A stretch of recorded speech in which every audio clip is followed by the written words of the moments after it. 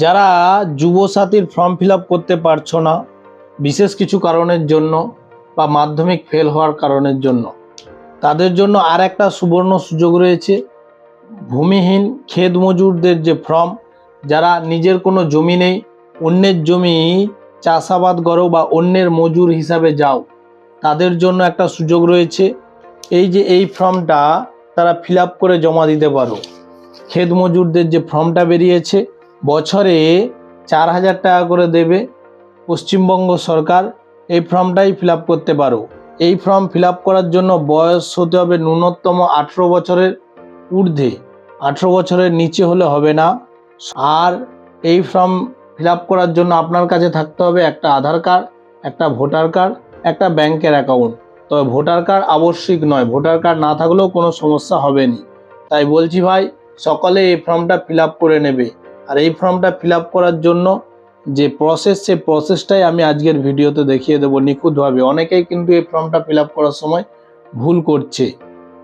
এই ফর্মটা fill up করার জন্য প্রথমে যে নামটা লিখব, আমি যেভাবে লিখেছি ক্যাপিটাল লেটারে সেইভাবে লিখব।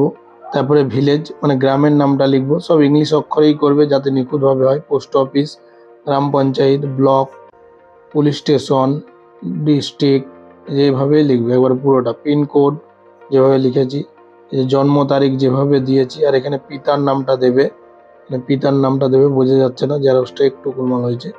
এখানে জন্ম তারিখটা যেভাবে দিয়েছি, প্রথমে হচ্ছে দিন, তারপর হচ্ছে মাস, তারপর হচ্ছে সালটা, আর এখানে কত বছর হচ্ছে হিসাব করে লিখবে।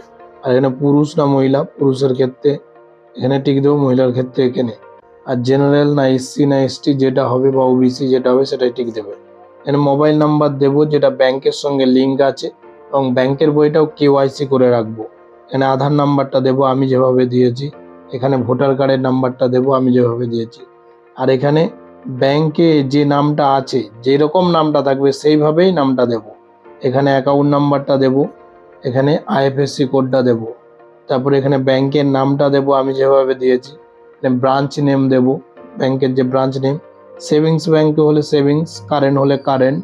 আর ব্যাংকের পাসবই যদি থাকে তাহলে এখানে টিক দেব, আর যদি ক্যান্সেল চেক দেন তাহলে এখানে টিক দেব। আমি পাসবই দিয়েছি তাই এখানে টিক দিয়েছি। এখানে যেখানে নমিনি করবে, নমিনির তথ্য, নমিনির নাম দেবে। এখানে নমিনি কে হয় তার সম্পর্ক, যেমন পাউস। আর এখানে কি, এখানে তার নমিনির ডকুমেন্টে কী নাম আছে, বাবার নাম না হাজবেন্ড, সেই নামটা দেবো আধার কার্ড দেখে। এখানে নমিনির জন্ম তারিখটা দেবো, নমিনির বয়সটা দেবো। আর নমিনি যদি 18 বছরের নিচে হয় সেক্ষেত্রে তার গার্জেনের নামও এখানে লিখতে হবে। আর একটা জিনিস, এই যে এখানে আমি যেভাবে সইটা করেছি ফুল সিগনেচার করবে, শর্ট সিগনেচার হলে হবে না। আর এই জায়গাটা রিসিভ হিসাবে দেবে, আপনাকে স্ট্যাম্প দিয়ে এই জায়গাটা কেটে দেবে। তারপরের পাতায় কি, সংযোজন 1 সেলফ ডিক্লারেশন ফর্ম। এখানে যে আমি এই পিতা বা স্বামী যেটা হবে সেখানে টিক দিয়ে লিখব। গ্রাম, পোস্ট, গ্রাম পঞ্চায়েত পুরোটা ফিল আপ করার পরে এখানে সিগনেচার করব। এখানে স্থান আর এখানে তারিখ, আপনি যে জায়গায় বসে ফর্মটা ফিল আপ করছেন সেই স্থানটা দেবেন। আর এখানে মোবাইল নাম্বারটা দিয়ে দেবেন। দেওয়ার পরে এখানেও আবার একই রকম আধারের তথ্য যাচাইকরণের জন্য পারমিশন বা অনুমতি। এখানে আপনার হচ্ছে নিজের নাম, এখানে আপনার হচ্ছে বাবার নাম, এখানে গ্রাম পঞ্চায়েত, এখানে কোন ব্লক, এখানে জেলা। দেওয়ার পরে এখানে আধার নাম্বার, এখানে আধারের সঙ্গে যে মোবাইল নাম্বারটা দেয় সেটা দেবে। ভোটার কার্ড নাম্বার, একই রকম স্থান, তারিখ যেদিনে জমা দিচ্ছে। আর এখানে সইটা করতে রয়ে গেছে, সইটা এখানটাই করে নেবে। এই জায়গাটায় সিগনেচারটা করে নেবে, ফুল সিগনেচারে যেভাবে, এভাবে ফুল সিগনেচারটা এখানটাও করবে। করার পরে এই যেগুলা টিক দিয়ে দেবো, এইগুলা টিক দেওয়ার পরে জমা দিয়ে দেবো।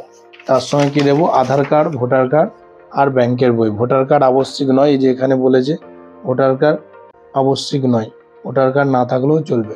এভাবেই ফর্মটা সম্পূর্ণ করবে। ভিডিওটা যদি ভালো লেগে থাকে অবশ্যই বন্ধুদেরকে শেয়ার করে দেবে যাতে তারাও এই ফর্মটা ফিল আপ করে।